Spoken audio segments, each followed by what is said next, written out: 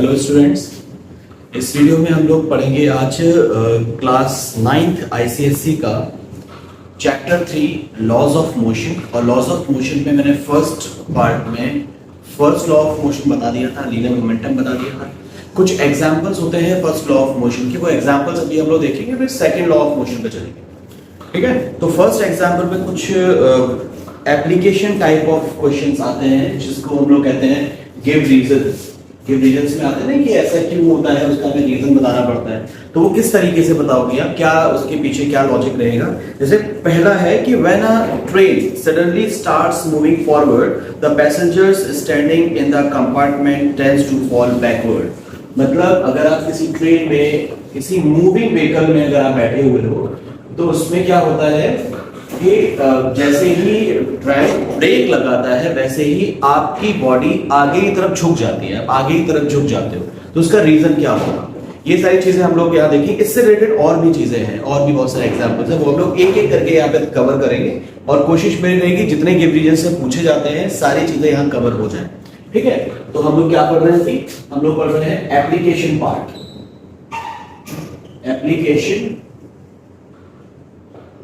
Of Newton's first law of motion. First law of motion का application part पढ़ रहे हैं। उससे पहले हम ये चीज एक बार रिवाइज करा देते हैं आपको, ताकि आपको याद रहे कि फर्स्ट लॉ ऑफ मोशन क्या होता है। फर्स्ट लॉ ऑफ मोशन में हमने ये समझा था कि अगर कोई बॉडी मूव कर रही है तो वो मूव करती रहेगी जब तक कि उस पर कोई एक्सटर्नल फोर्स ना लगे। और अगर कोई बॉडी रेस्ट में है, मूव नहीं कर रही है, रुकी हुई है, तो वो रुकी रहेगी जब तक कि उसको कोई एक्सटर्नल फोर्स ना लगे। ठीक है, तो इसको हम कहते हैं इनर्शिया। इनर्शिया के बारे में पढ़ा था हम लोगों ने। ठीक है, तो इसमें क्या है कि कोई बॉडी अगर मूव कर रही है या रुकी हुई है तो उसके स्टेट में कोई चेंज नहीं होगा जब तक कि हम कोई एक्सटर्नल फोर्स नहीं लगाते हैं। ठीक, तो उसी से रिलेटेड हम लोग एक एक करके एग्जांपल समझेंगे। पहला एग्जांपल ये है कि अगर आप किसी भी मूविंग व्हीकल में अगर आप बैठे हुए हैं, किसी ट्रेन में बैठे हुए हैं या किसी बस में बैठे हुए हैं, तो उस कंडीशन में अगर ड्राइवर ब्रेक लगाता है तो पैसेंजर्स आगे की तरफ झुक जाते हैं। तो उसका क्या रीजन है। जैसे मान लो ये आपकी बस है पूरी, ये बस है आपकी, यहाँ पे ड्राइवर बैठा हुआ है। ठीक है, यहाँ पे ये पैसेंजर्स हैं कई सारे। ठीक है, ये पैसेंजर्स बैठे हुए हैं। इस कंडीशन में होता क्या है कि जैसे ही ड्राइवर ब्रेक लगाता है तो ये पूरी बॉडी, ऊपर की पूरी बॉडी आपके आ जाती है, ये पूरी बस आ जाती है रेस्ट में। जैसे ही ड्राइवर ने ब्रेक लगाया पूरी बॉडी आ जाती है रेस्ट में। हम लोग जब बैठते हैं तो हम लोग पैर से, हमारी कमर से नीचे का पोर्शन, जो पैर है आपके, ये सब आपके रेस्ट में रहते हैं, क्योंकि इससे कांटेक्ट में है, बस से कांटेक्ट में है, वो फिक्स है उससे, तो वो रेस्ट में आ जाते हैं। लेकिन हमारी जो ऊपर की बॉडी है, अपर हाफ, ये कमर से ऊपर का पार्ट, ये क्या, ये मूवेबल है ना, इस तरीके से मूव कर सकते हैं। तो जैसे ही आपका नीचे वाला पोर्शन, आपका कमर से नीचे वाला पार्ट, ये जितनी बॉडी है हाफ बॉडी, तो वो जैसे ही आपकी रेस्ट में आ जाएगी वैसे ही ऊपर का जो पोर्शन है वो आपका तब भी मोशन में रहेगा। तो जैसे ही ड्राइवर ने ब्रेक लगाए तो बॉडी आपकी नीचे वाली बॉडी आपकी रेस्ट में है, ऊपर वाली बॉडी अचानक से आगे की तरफ पुश होगी जब तक कि आप उसे नहीं रोकते हो, आप अपना मस्कुलर फोर्स लगा के उसे रोकते नहीं हो तब तक। इस तरीके से हम ये समझ सकते हैं कि अगर पैसेंजर्स यहाँ बैठे हुए, ड्राइवर ने अचानक से ब्रेक लगाया, उस कंडीशन में क्या होता है कि ये बॉडी आपकी रेस्ट में है, तो यहाँ पे जितने पैसेंजर बैठे हैं उनका कमर से नीचे का पूरा पोर्शन आपका रेस्ट में रहेगा, लेकिन उससे ऊपर, क्योंकि ये बॉडी मूवेबल है यहाँ से, ठीक है, तो वो बॉडी आपकी मोशन में रहेगी। तो जैसे मोशन में रहेगी, ऐसे अगर आप ऐसे समझें, ये एक आदमी बैठा हुआ है इस तरीके से, ठीक है, तो होता क्या है कि जैसे ये आदमी बैठा हुआ तो यहाँ ये वाला पोर्शन तो इसका रेस्ट में आ जाएगा ब्रेक लगाने पे, लेकिन ये वाला पोर्शन आपका रेस्ट में नहीं होगा, ये आपका मोशन में ही रहेगा। मेरे ख्याल से ये बात आपकी समझ में आ रही होगी। ये रेस्ट में आ जाएगा लेकिन ऊपर का पोर्शन आपका मोशन में है। तो अगर ऊपर का पोर्शन आपका मोशन में है तो उस कंडीशन में आप इस तरीके से ये समझ सकते हो कि नीचे वाला पोर्शन अगर आपका रेस्ट में, ऊपर मोशन में, तो आप आगे की तरफ झुक जाओगे अपनी बॉडी को बैलेंस करने के लिए।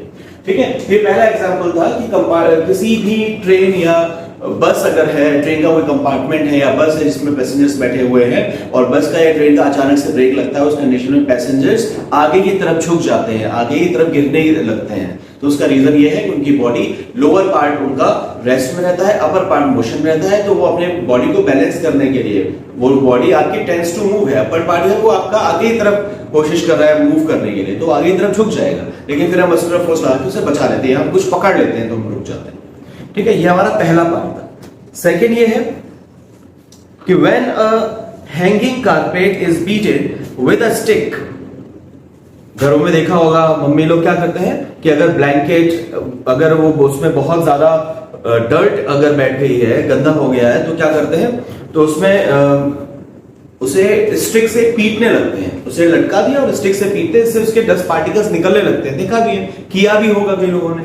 तो when a hanging carpet is beaten with a stick the dust particles start falling out of it. क्या मतलब है इसका, ये इस तरीके से समझेंगे हम लोग। जो यहाँ पे भी एक चीज याद रखनी है, मान लो ये आपका हैंगिंग कारपेट है, ये आपका कोई वायर है जिससे आपने कारपेट से लटका दिया, ठीक है। अब इस पे जो पार्टिकल्स चिपके हुए हैं कई सारे, ये पार्टिकल चिपके हुए, जब आप स्टिक से बीट करोगे, जब आप स्टिक से बीट करोगे तो होगा क्या, जैसे मान लो ये रखा हुआ है इस पे, ठीक है, ये ऐसे रखा हुआ है, हम यहां फोर्स लगाएंगे, ध्यान से समझिएगा, ये यहां रखा हुआ है, ये पोर्शन ऐसे समझो, ये रखा हुआ है, ये मार्कर रखा हुआ है हाथ पे, ये मेरा हाथ है, अब मैं हाथ पे फोर्स लगा, ठीक है, जैसे यहां पे कारपेट पे फोर्स लगाने पे 10 पार्टिकल नीचे गिर जाते, वैसे ही आपको यहां समझ में आ जाएगा। ये मान लो आपका मार्कर है, सामने रखा हुआ मार्कर, ये इस पे रखा है, ठीक है, तो जैसे ही हमने इस पे फोर्स लगाया, ऐसे समझिए, जैसे हमने यार इस पे फोर्स लगाया तो ये उछल के गया है, ठीक है। ऐसे ही अगर ये बॉडी है, मान लो ऐसे रखा हुआ है इस तरीके से, तो जैसे ही हम इसको फोर्स लगाते हैं यार, इस पे फोर्स लगाते हैं करके, तो ये नीचे की तरफ गिर जाता है। तो जब आपने फोर्स लगाया था, जब आपने उसको ब्लैंकेट को पीटा था स्टिक से, जब उसे बीट करते हो तो होता क्या है, ये पूरा ब्लैंकेट तो मोशन में आ जाता है, जो आपके डस्ट पार्टिकल्स होते हैं वो आपके रेस्ट में ही रहते हैं और वो उनको कोई सपोर्ट नहीं मिलता, वो नीचे गिरने लगता है। समझ आ रही बात, फिर से समझो, जैसे ही आप इसको पीटते हो, इसको बीट करते हो, इस पूरे ब्लैंकेट को जैसे पीटना स्टार्ट करते हो स्टिक से, वैसे पूरा ब्लैंकेट आपका मोशन में आ जाता है, लेकिन जो आपके डस्ट पार्टिकल्स वो आपके रेस्ट में रहते हैं, और जैसे डस्ट पार्टिकल रेस्ट पे रहेंगे, उन्हें कोई सपोर्ट नहीं मिलेगा, तो वो नीचे की तरफ गिरने लगेंगे ग्रेविटी की वजह से। समझ आ रही बात। चलो नेक्स्ट टॉपिक है, नेक्स्ट एप्लीकेशन पार्ट है आपका, ये जितनी चीजें हैं ये लगभग सारी बुक्स में सेम एग्जांपल्स दिए होते हैं, तो एक एक करके आप सारे एग्जांपल्स कवर कर ले रहे हैं, इसलिए मैं थोड़ी बुक की भी हेल्प ले रहा हूं ताकि कोई एग्जांपल छूट ना जाए। तो तीसरा पार्ट है, ऑन शेकिंग और giving jerk to the branches of a tree the fruits fall down. Same situation, branches जो होती है उनको जो अगर आप हिला रहे हो, उनको अगर हिलाना स्टार्ट करें तो ब्रांचेस मोशन में आएंगी ना, फ्रूट्स थोड़ी ना मोशन में आएंगे। आपने अचानक से हिलाया, ब्रांचेस मोशन में आ गए, फ्रूट्स आपके रेस्ट में है, तो क्या होगा, फोर्स लगेगा, फ्रूट यहाँ पे है, वो जिससे भी अटैच है, तो उससे फोर्स लगेगा, तो वहां से वो हट जाएगा और फ्रूट आपका अकेला रह गया। अब वो क्या, उसमें वजन है, और वो धीरे से नीचे गिर जाएगा क्योंकि उसके पास सपोर्ट भी तो अर्थ की ग्रेविटी की वजह से वो नीचे गिर जाएगा। समझ आ रही बात। नेक्स्ट है आपका, on striking the coin on the bottom of a pile of carrom coin with the striker, lowest coin only moves away while the rest of the pile remains intact. ये एग्जैक्ट हम इसमें भी पढ़ के सुना रहे हैं आपको, तो यहां ध्यान रखो कि कई सारे, अगर मान लो कैरम में क्या होता है, कैरम में इस तरीके से हम जितनी भी गोटियां होती है वो लगा देते हैं, यूं ऐसे गोटियां लगी होती है इसमें लगातार, है ना, और फिर हम क्या करते हैं कि नीचे से स्ट्राइकर से नीचे वाली गोटी को स्ट्राइक करते हैं, ये स्ट्राइकर है, स्ट्राइकर से नीचे वाली गोटी को स्ट्राइक करते हैं, तो नीचे वाली गोटी हट जाती है, बाकी पूरा एज इट इज रहता है। क्यों, क्योंकि जैसे ही आपने फोर्स लगाया तो ये जो नीचे वाली पाइल है, इसे पाइल कहते हैं, याद रखना, कुछ लोग कॉइन कहते हैं, कुछ लोग पाइल कहते हैं, PILE, ठीक है। तो जैसे ही आपने स्ट्राइक किया इसे, तो ये जो पाइल होगी, ये पाइल आपकी यहां से शिफ्ट हो जाएगी, क्योंकि आपने फोर्स लगाया इस पे, ये मोशन में आ जाएगा, लेकिन पूरे ऊपर की बॉडी जितनी भी है, ये सारे पाइल, ये सब क्या है, ये सब आपके रेस्ट में रहेंगे। जब ये रेस्ट में रहेंगे, ये मोशन में आ जाएगा, तो यहां से हट जाएगा, बाकी आपका ऐसे नीचे। समझ आ रही बात। ये आपका फर्स्ट लॉ ऑफ मोशन है कि अगर कोई बॉडी रेस्ट में है तो रेस्ट में ही रहेगी जब तक कि एक्सटर्नल फोर्स ना लगे, अगर मोशन में है तो मोशन में ही रहेगी जब तक कि कोई एक्सटर्नल फोर्स ना लगे। तो यहाँ पे आपने एक्सटर्नल फोर्स लगाया था इस वाले पाइल को रिमूव करने के लिए, तो ये वाली पाइल ही रिमूव होगी, क्योंकि बाकी सब तो रेस्ट में है, इसमें तो कोई एक्सटर्नल फोर्स लगा ही नहीं है, तो ये रेस्ट में ही रहेगी, ये वाली आपकी निकल जाएगी। ठीक है। Next, when a smooth card placed over the mouth of a tumbler is flicked sharply in the horizontal direction, the card flies away but the coin capped over the card falls into the tumbler. It means, ये आपने पहले भी देखा होगा और कई videos में भी देखा होगा।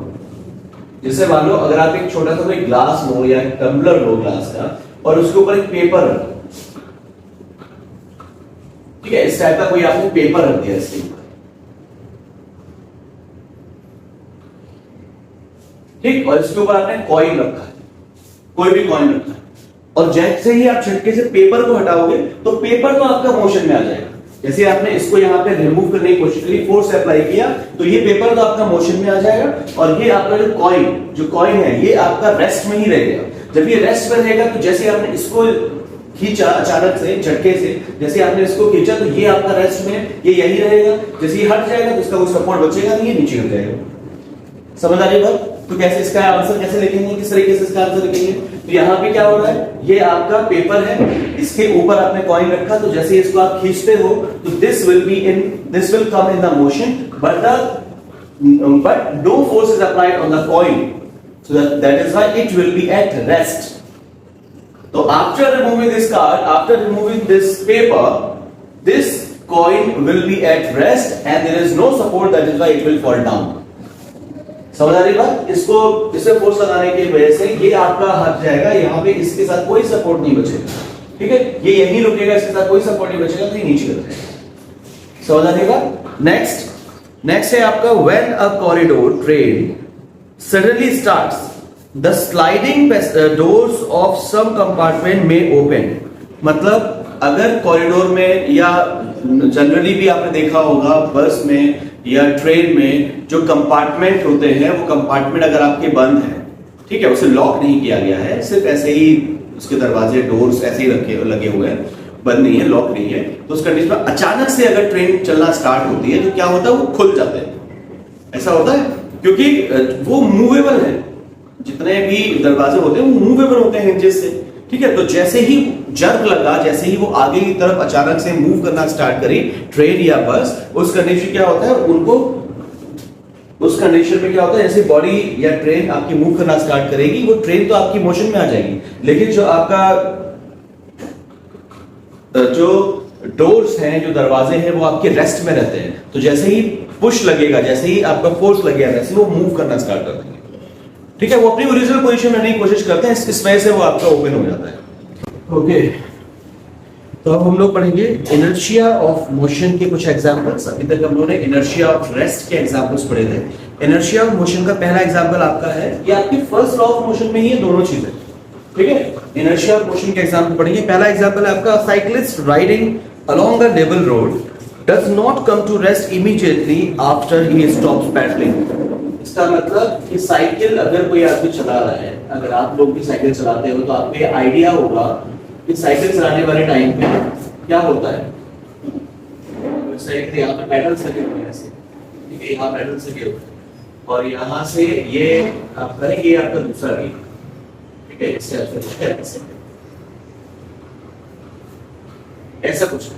तो जैसे ही ये आप पैडलिंग चला रहे हो, पैडलिंग कर रहे हो, साइकिल आपकी मूव कर रही है, तो आपकी आगे ये मूव करती रहेगी, है ना, ये आगे मूव करती रहती है। हम ब्रेक नहीं लगाते तब भी मूव करती रहती है। क्यों मूव कर रही है? क्योंकि आपने जब पैडल्स यहाँ लगाए थे तो साइकिल आपकी मोशन में आ गई थी फोर्स की वजह से। तो जैसे ही फोर्स की वजह से मोशन में आ गई, तो इसका नेचर ये है कि अभी ये मोशन में रहेगी जब तक कि एक्सटर्नल फोर्स ना लगे, न्यूटन के फर्स्ट लॉ के हिसाब से, ठीक है। तो अगर इस पे एक्सटर्नल फोर्स ना लगे, ये आप कैसे मूव करके रहेगी, लेकिन किसी के दिमाग में ये आ सकता है कि सर ये किसी रोड पे ही तो मूव कर रही होगी, तो रोड पे तो इसका फ्रिक्शनल फोर्स लगता है, तो फ्रिक्शनल फोर्स भी तो इसको रोकने की कोशिश करेगा, बिल्कुल रोकने की कोशिश करेगा। लेकिन फ्रिक्शनल फोर्स इतना स्ट्रांग नहीं होता कि अगर आपने पैडलिंग लगाना बंद कर दिया है और उसके बावजूद वो तुरंत उस साइकिल को रोक दे, इतना ज्यादा नहीं होता है। इसका मतलब ये है, ये frictional force is not sufficient to stop this moving vehicle, stop this moving bicycle. In that case this moving bicycle will keep on moving even you have stopped the pedalling the pedals, अगर आपने paddles को चलाना बंद कर दिया है, उसके बावजूद भी आपकी साइकिल मूव करती रहेगी कुछ डिस्टेंस तक, जब तक कि उस पे एनर्जी है और जब तक कि वो टेंस टू मूव है, वो मूव करती आ रही है, जब तक कि फ्रिक्शनल फोर्स आपका इतना ज्यादा ना हावी हो जाए कि उसकी पूरी एनर्जी को खत्म कर दे और वो उस पर स्टॉप कर दे, तो कुछ डिस्टेंस तक मूव करती है। ऐसे ही आप समझ सकते हो कि आप किसी बॉल को अगर ऐसे रोल डाउन कर दो, उसे लुढ़का दो ग्राउंड पे, तो वो काफी दूर तक जाती है, ठीक है। उसका रीजन यही है कि आपने पहले तो फोर्स लगा छोड़ दिया, अब उस पर कोई फोर्स नहीं लग रहा है, तो वो आपकी मूव करती रहेगी, लेकिन ऑपोजिट फोर्स भी तो लग रहा है, फ्रिक्शन, तो फ्रिक्शन उसे रोकने की कोशिश करेगा, लेकिन कुछ देर तक तो वो तब भी मूव करेगी, कुछ दूर तक तो वो तब भी मूव करेंगे, ठीक है। नेक्स्ट है आपका when a passenger jumps out of a moving train he falls down. Passenger jumps out in a moving train he falls down. इसमें एक चीज आप हमेशा याद रखना कि होता क्या है कि अगर आप गाड़ी से, बस से अगर आप नीचे उतर रहे हो, से ये बस है, ठीक है, ये दरवाजा है, यहाँ पे मान लो ये दरवाजा है, ये ड्राइवर बैठा हुआ, ये पैसेंजर्स है, बहुत अच्छी ड्राइंग नहीं है मेरी, इसी तरीके से आपको समझना पड़ेगा। तो मान लो ये दरवाजा है, आपने क्या किया, आप यहाँ से उतरे, यहाँ से आप उतरे, तो जैसे ही आप यहाँ से उतरे तो होता है कुछ लोग थोड़े से अक्लमंद होते हैं, वो क्या करते हैं, ये गाड़ी इधर मूव कर रही है, बस इधर मूव कर रही है, तो उतरने से साथ साथ वो मूव करना स्टार्ट करते हैं इधर। कुछ लोग होते हैं ऑपोजिट उतरने, गर्ल्स खासकर ऑपोजिट उतरती है, उनकी आदत होती है, तो ये ऑपोजिट अगर उतरेंगे तो होगा क्या पता है, ये बॉडी इस पूरे बस का ये टेंडेंसी है कि अभी ये फॉरवर्ड डायरेक्शन में मूव कर रही है, फॉरवर्ड डायरेक्शन मूव कर रही है, तो पैसेंजर जो उस बस में है, उसमें ऑलरेडी है, अगर आप उस बस में बैठे हुए हो, आप उतरना चाह रहे हो, तो आपकी बॉडी भी बस के साथ उतनी ही स्पीड से आगे की तरफ मूव कर रही है। लेकिन जैसे ही आप नीचे ग्राउंड के टच में आते हो, आप नीचे उतरते हो, आपके पैर ग्राउंड के टच में आते हैं, और ग्राउंड क्या है, स्टेशनरी, वो रुका हुआ है, तो जैसे ही आपके पैर ग्राउंड के टच में आते हैं, आपके पैर तो रेस्ट में आ जाते हैं, लेकिन ऊपर की बॉडी आपकी अभी भी मोशन में है, तो ऊपर की बॉडी वो नीचे की तरफ गिरने की कोशिश करती है। तो तरीका ये होता है बचने का कि अगर आप इस डायरेक्शन में उतर रहे हो, तरीका यही है, सेम यही है कि आप उसी डायरेक्शन में उतरें जिस डायरेक्शन में गाड़ी मूव कर रही है, बस मूव कर रही है, तो आप इस डायरेक्शन में उतरेंगे और अपने पैरों को चलाते रहिए, उसकी स्पीड के साथ मैच करने की कोशिश करिए, तो आपको जर्क भी नहीं लगेगा और आप गिरेंगे भी नहीं,